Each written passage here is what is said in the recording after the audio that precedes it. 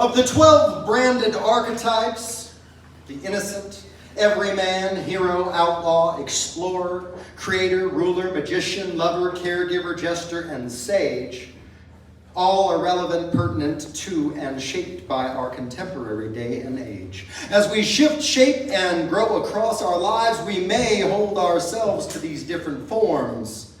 Rites of passage, trauma, love, and loss greatly affect our personal norms. They are each storytellers in their own way. They are each students as well. They each have their own tolls to pay as they're crafting the stories they tell. Poets may be considered several of these, depending upon who you consult or ask. Listening magicians aiming to please and taking the tragic and tumult to task.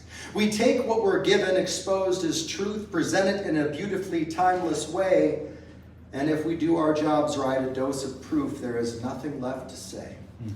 Carrying the weight of the world upon our backs, pleading with the universe, finding love in our hearts to give. Yet how often precious lives are lost or fall through the cracks, needing a magician's wand or pen to bring them back and let them live.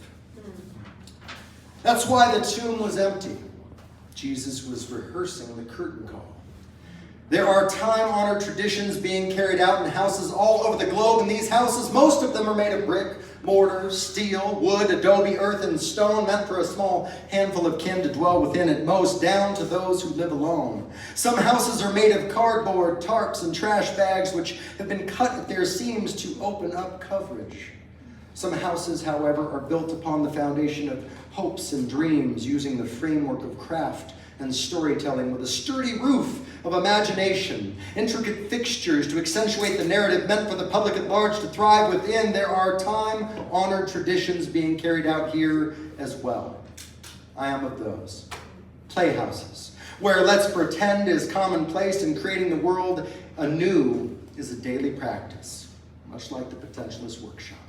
I suppose that's why this poet fell for theater as a second love shortly after my first thunderbolt struck in the form of verse, because my dreams are big enough to fill an entire stage. My voice can reach out to the back row and up to the stars at the same time. The heart on my shoulder tends to rub off on others, and anything is possible on the page or the stage. There's one time-honored tradition within the world of theater which I will wave my magic wand over and adopt henceforth. Such a gesture is long overdue, and I'm in the midst of writing a show now. A tradition outside of the performance itself, when the music's over, as the Lizard King once said. Some see life as a comedy, some as a tragedy, others a test, a game, or a gift. Those can all be true as my attention shifts. I'm more concerned about what comes next when this perplexing production ends. You see, in my show, there are the same wars we have here. The same glossy political ads, the same lies, same betrayals, and same murders. But in my show, everyone gets to come back out at the end to cheers or boos and hisses if they flunked the show. So everyone can know when this show is over, the entire cast of characters gets to return to the stage, holding hands, taking a bow together, at first individually and then in unison. Heroes and villains, children and the elderly, men and women, and all those who prefer not to say. Trees cut down tragically early, well before their time. Those burned down in wildfires, and the ones left to grow long enough to give everything they had to give, holding hands together. Chadwick Boseman and Sidney Poitier come out on either side of Selena, and the entire line of three are wearing matching Hawaiian shirts with lays and smiles just as bright. My friends Donald and Derek come out together nervously and excitedly, for they're finally going to be able to celebrate their 21st birthdays together at the massive after party lovingly prepared by Anthony Bourdain. Hawk and Biggie come out together holding hands and take their place in line behind and beside Nipsey and Emmett Till, who are already there.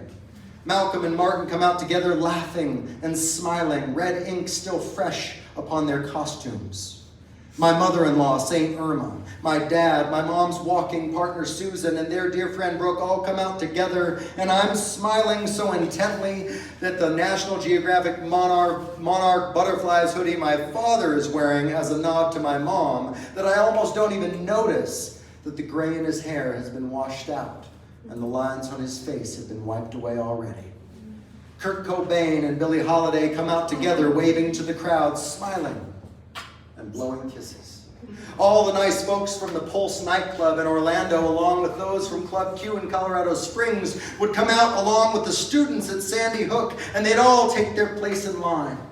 Gandhi and Mac Miller come out holding flowers in their teeth and pirouetting downstage to raucous applause, while the kids from Tech in Blacksburg, Uvalde, Parkland, Santa Fe, and Stoneman Douglas are playing their meanest air guitars as laughter abounds. Sharon Tate, Natalie Wood, Nicole Brown Simpson, and Princess Diana come out together, starting the giant beach ball into the nearby audience. Most are standing by now, wiping away tears, bearing witness to their own soul's revival. Prince and Bowie lightsaber battle downstage before taking their place in line beside Betty White, who's arm in arm with Robin Williams. Trayvon's popping all the Skittles his heart desires until the company bow at the very end. George Floyd's pretending to have a bird on his shoulder, and Sam Cooke is bringing it on home to me in my show. The missing and murdered get to return, laughing, smiling, and hearing you cheer for them the way they so richly deserve in the show I just wrote. There are no understudies in this show, but it feels like a church revival. And there will be a grand reunion. Y'all are getting the early waits on those pearly gates. And me, I'm content with the show I've written. Happy to wait in the wings watching others get theirs. I'm a playhouse. Anything is possible within me. If you choose to be of those, anything is possible within you as well. We're all getting to touch stage in this magnificent show. So let's hold hands and smile, turning toward each other as we take our final bow together.